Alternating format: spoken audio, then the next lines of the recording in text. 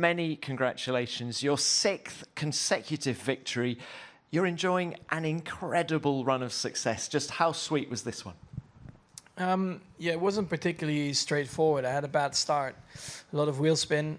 So I had to work my way up again to Orlando, took a few laps.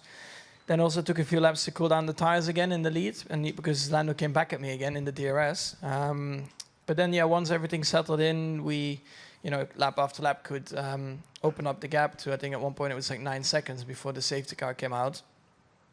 So I guess, yeah, that was very positive.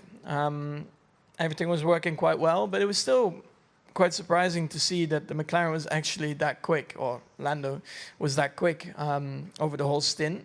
And then, of course, because of the safety car, we had to make the decision what tire to put on, the soft or the hard.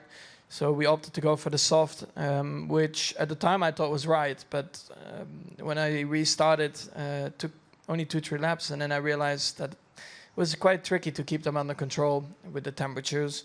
The gap, of course, stayed quite similar, but it wasn't particularly nice to drive. So we'll look into that. Maybe we should have gone on the hard tire. At least we could have pushed a little bit harder over the whole stint. Maybe, of course, the first 2-3 laps were a bit more difficult, but at least, yeah, towards the end, probably it was a bit faster. Can you talk us through the opening moments of the Grand Prix? What happened as you were trying to get away from the line? Yeah, it's just a lot of wheel spin. So as soon as that happens, of course, you lose so much drive, all the way to turn 1.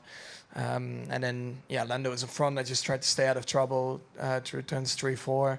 Then I had a little battle with Oscar into Copse. I had to stay on the outside. But yeah, it all worked out.